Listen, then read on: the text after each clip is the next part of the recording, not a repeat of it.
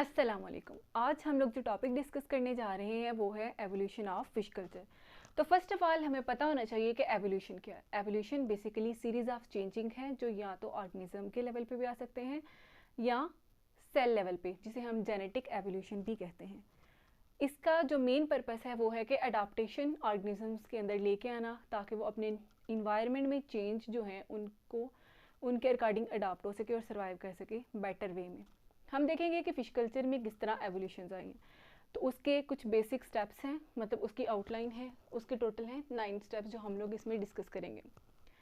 Evolutions कैसे आई और किन किन कंट्रीज़ में आई और उधर किन किन प्रोसेसेस के थ्रू उन्होंने अडाप्ट किए कौन से प्रोसेसेस, और इसके अलावा उन्होंने कौन सी फिशेस वहाँ पे जो हैं उनकी एवोल्यूशन करवाई।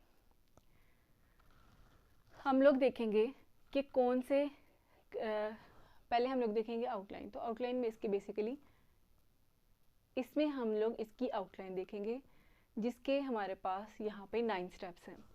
First step is very old practice. तो फिश कल्चर एक बहुत ही ओल्ड प्रैक्टिस है।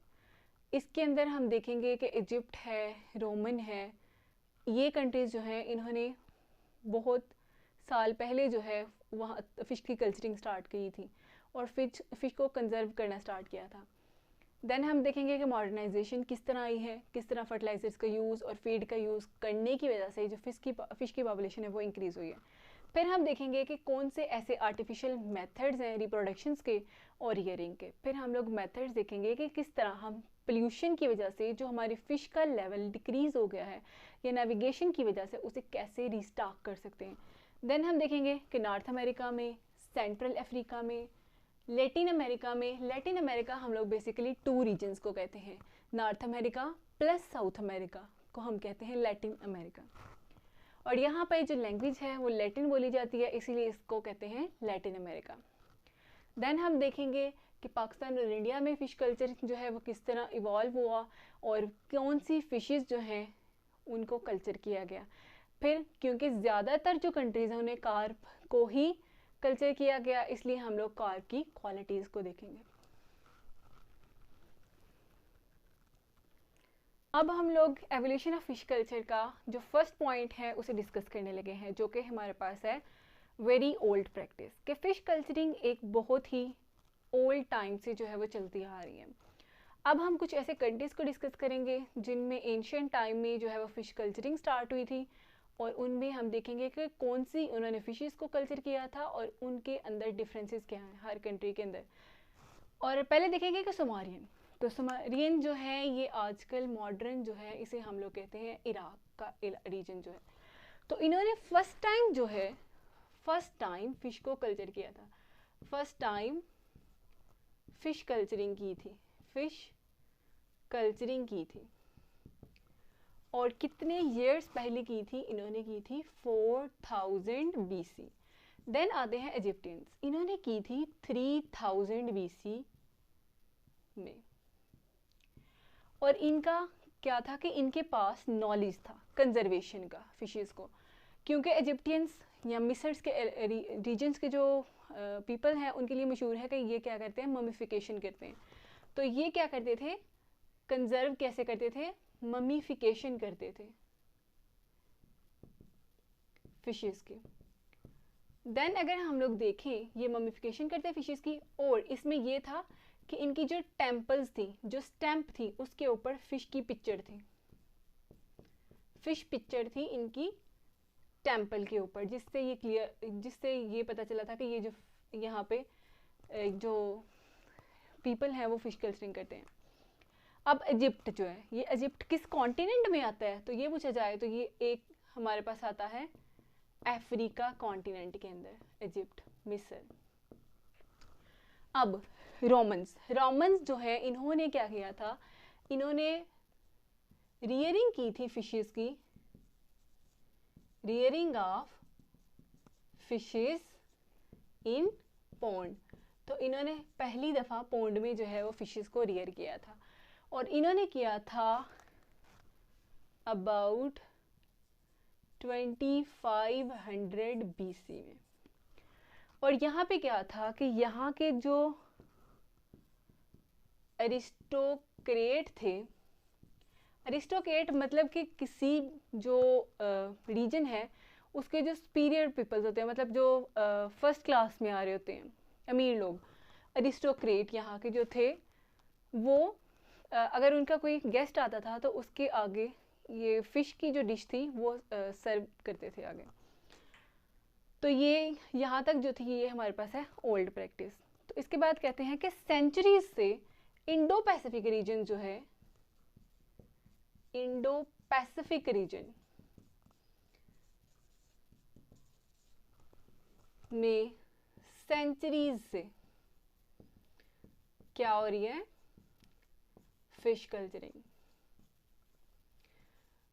अब हमारे पास ये जो इंडो पैसिफिक रीजन है इसके अंदर हमारे पास पाकिस्तान आता है, इंडिया आता है, मलेशिया है, देन हमारे पास ऑस्ट्रेलिया है, चाइना है, there are a lot of countries in Indo Pacific region है। इसका सेकंड, अब हमारे पास ये है एवोल्यूशन ऑफ फिश कल्चर का सेकंड पॉइंट जो है मॉडर्नाइजेशन ऑफ फिश कल्चर। तो फिश कल्चर की मॉडर्नाइजेशन से हमारा ये मीनिंग है कि हम लोगों ने फर्टिलाइजर्स का यूज़ किया है, हम लोगों ने आर्टिफिशियल फीड का यूज़ किया है और ऐसी टेक्निक्स डेवलप की हैं जिससे हमारे पास जो फ़िश का नंबर है वो इंक्रीज़ हो।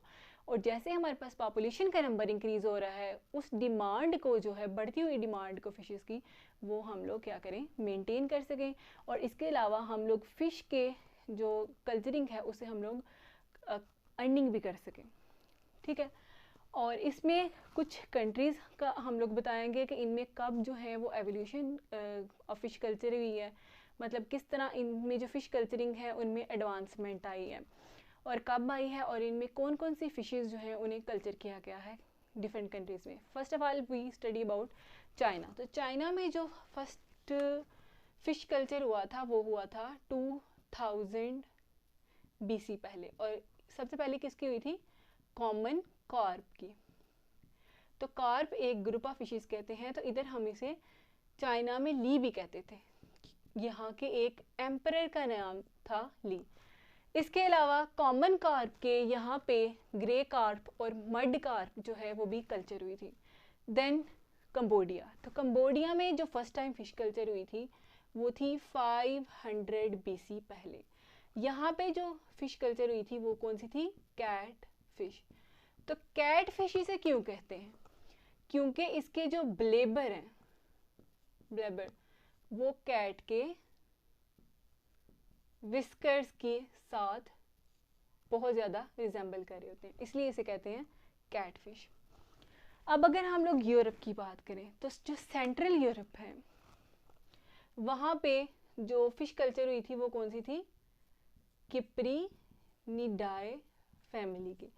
ये फैमिली की जो फिशेस हैं वो कल्चर हुई थी यूरोप में। इस फैमिली के जो हैं वो 200+ ऑर्डर्स हैं और 2000+ जो है वो स्पीशीज़ हैं। याद रखना है कि जो क्रिपिनिडाए है, जो इस फैमिली की जो फिशेस हैं, ये फ्रेश वाटर फिशेस हैं, ये कल्चर हुई थी हमारे पास यूरोप में, सेंट्रल यूरोप में। और देन हमारे पास इस जो फैमिली है इसके अंदर 200+ ऑर्डर्स हैं और 2000 स्पीशीज़ हैं। फिर हम पढ़ेंगे इंडिया और पाकिस्तान। बेसिकली इसे हम लोग इंडिया भी कह सकते हैं कि यहाँ पे इंडिया की स्टेट्स जो हैं ओराइजा और बिहार, यहाँ पर जो है वो फिश कल्चर हुई थी। कब हुई थी, 350 BC पहले। और यहाँ पे जो फिश कल्चर हुई थी वो कौन सी थी, यहाँ पे भी कॉमन कार्प ही कल्चर हुई थी। कॉमन कार्प, कार्प हम कहते हैं ग्रुप ऑफ फिशेस को। अब अगर हम देखें सेंट्रल अफ्रीका में, तो सेंट्रल अफ्रीका जो है यहाँ पे जो फर्स्ट टाइम फिश कल्चर हुई थी वो कब हुई थी, वो हुई थी आफ्टर वर्ल्ड वार 2। तो वर्ल्ड वार 2 जो है वो हमारे पास जो है वो 1935 से लेके 45 तक थी। तो इसके बाद जो है वो सेंट्रल अफ्रीका के अंदर फिश कल्चरिंग हुई थी। देन हम लोग पढ़ेंगे फिलिपाइंस। तो फिलिपाइन में जो फिश कल्चरिंग हुई थी फर्स्ट टाइम वो हुई थी ब्रैकिश वाटर में।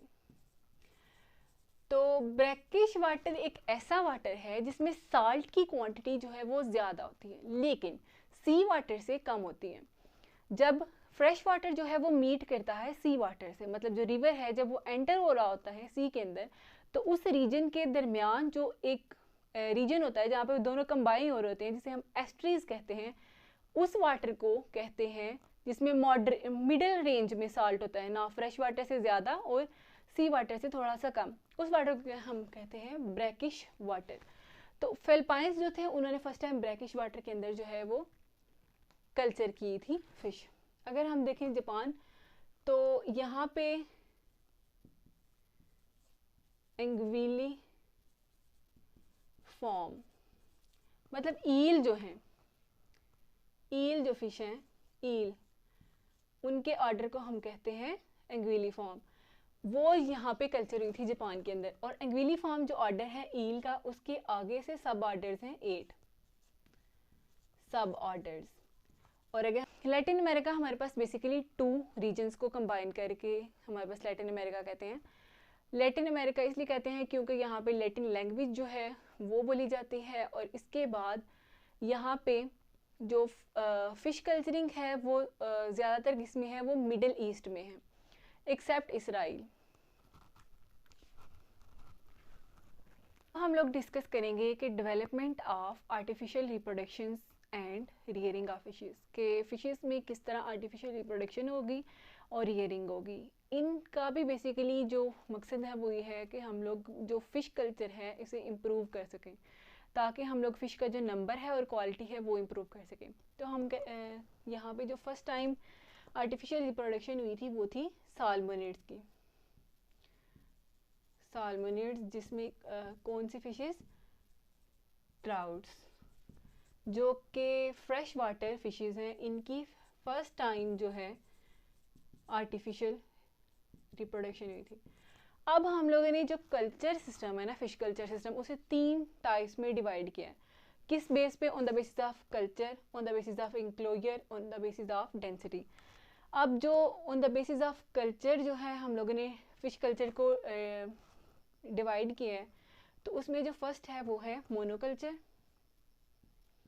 मोनोकल्चर, देन पोलीकल्चर, मोनोसेक्स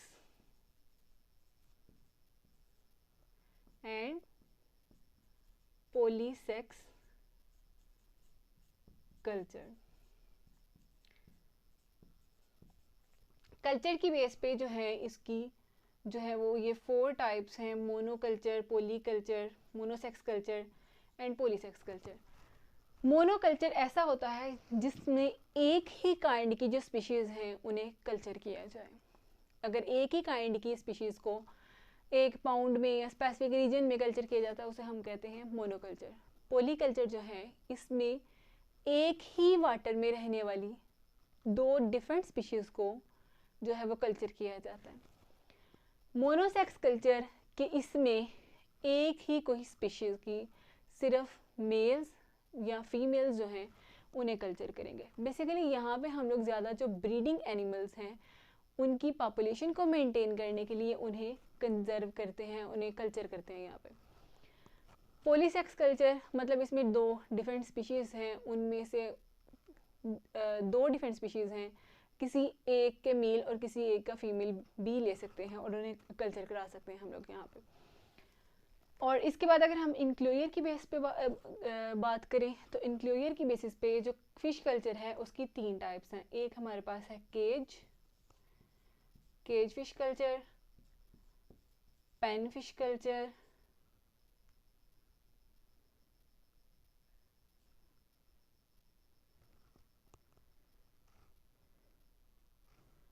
और इंक्लोयर की बेस पे हमारे पास 3 टाइप्स हैं, cage fish culture, pen fish culture या जिसे हम इंक्लोयर भी कहते हैं, और पॉन्ड फिश कल्चर। जो केज फिश कल्चर होता है इसकी चारों जो साइड्स हैं वो बाउंड होती हैं और ये जो है हम वाटर लेवल से थोड़ा ऊपर रखते हैं। इसमें बेसिकली हमारे पास ये होता है कि अगर हम लोगों ने कोई इंपॉर्टेंट स्पीशीज़ को जो है वो ग्रो करवाना है तो हम लोग यहाँ पे जो है रिजर्वायर में इसे रख देंगे और वहाँ से उसकी फीड वगैरह को और उसकी हैबिटेट वगैरह को देख सकेंगे और मेंटेन कर सकेंगे उसे। इंक्लोजर के बेस पे हमारे पास 3 टाइप्स हैं, केज है, पेन है और पाउंड है। जो केज है इसकी चारों साइड जो है ये बाउंड होती हैं और ये वाटर लेवल से थोड़ा सा अबव रखते हैं, और जो पेन है ये पाउंड के बिल्कुल ऊपर होता है और ये वाटर लेवल से अपर नहीं होता, जबकि केज जो है वो वाटर लेवल से अबव होता है। और इसकी जो 3 साइड्स हैं वो बाउंड होती हैं और एक साइड जो है वो अनबाउंड होती है, ओपन होती है। और पौंड में देखें तो पौंड जो है एक स्पेसिफिक पार्टिकुलर एरिया होता है जहाँ पे हम लोग फ़िश कल्चर कर रहे होते हैं। तो यहाँ पे जो बहुत ज़्यादा इंपॉर्टेंट चीज़ है वो है पौंड की जो सॉइल है, और जो बेस सॉइल है उसके ऊपर वाटर जो है उसके लेवल को भी चेक किया जाता है। ये दो जो चीज़ें हैं इंपॉर्टेंट वो हम लोग पौंड फिश कल्चर में देखेंगे। देन अगर हम डेंसिटी की बात करें तो डेंसिटी में हमारे पास हैं एक्सटेंसिव, सेमी इंटेंसिव,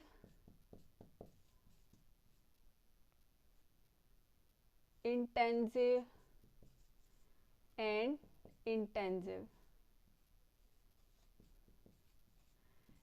और फोर्थ हम हाइपर इंटेंसिव बी कहते हैं।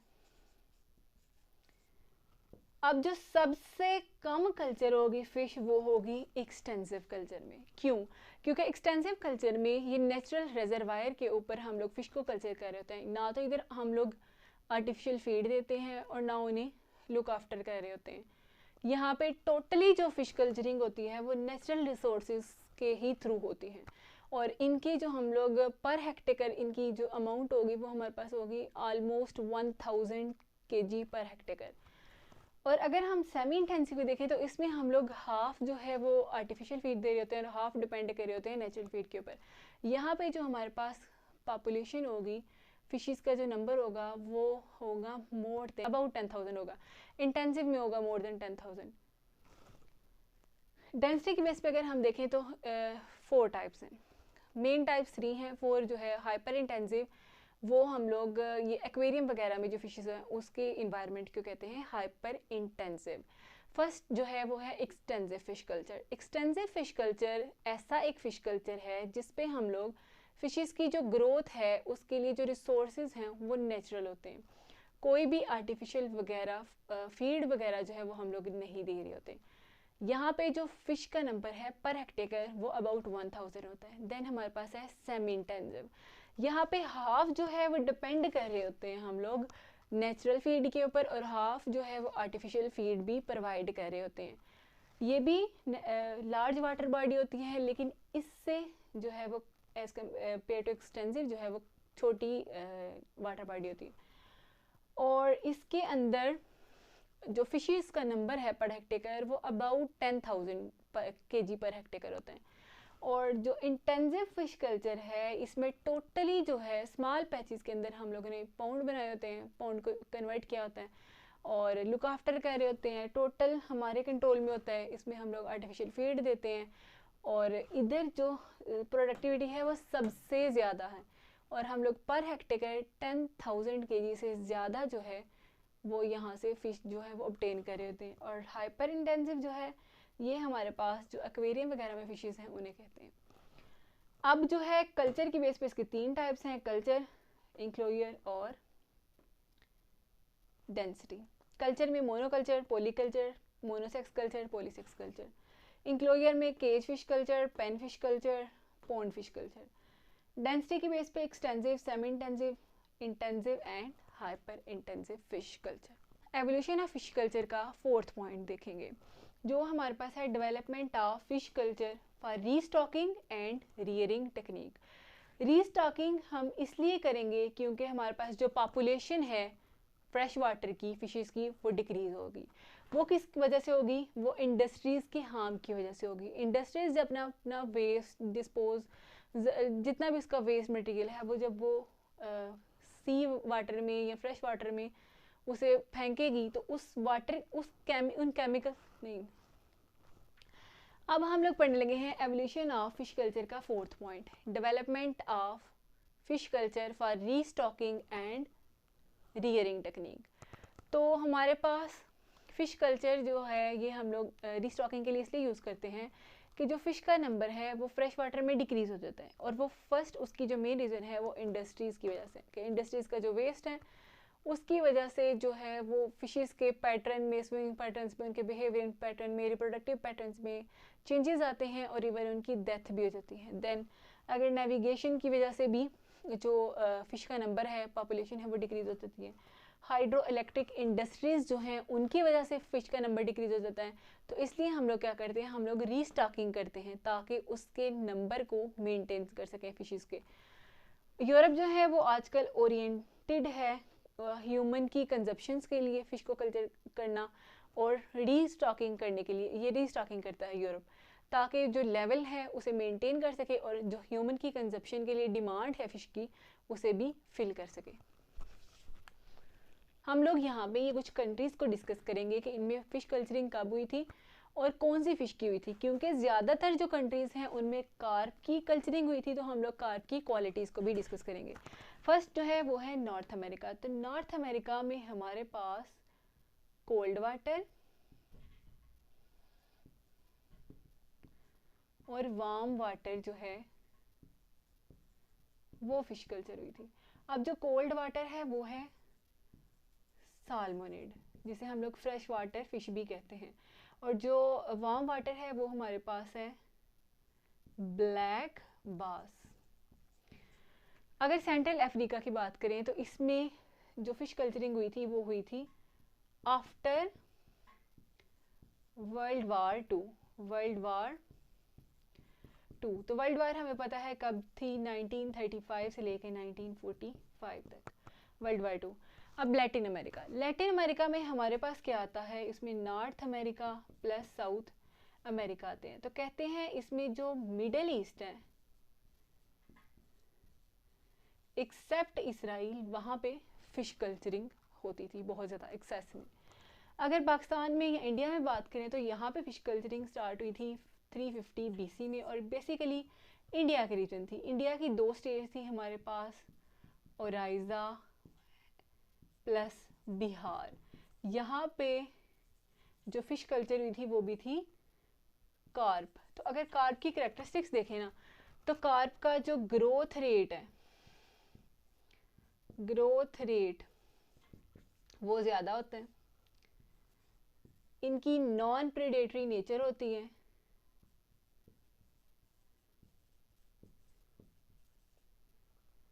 इसके बाद इनकी शॉर्ट फूड चेन होती है,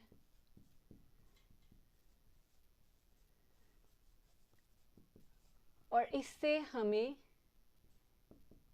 इनकम जो मिलती है वो भी ज़्यादा होती है। और ये था हमारा आज का लेक्चर। होपफुली आपको पसंद आएगा। अगर पसंद आए then like, share and subscribe. Thank you.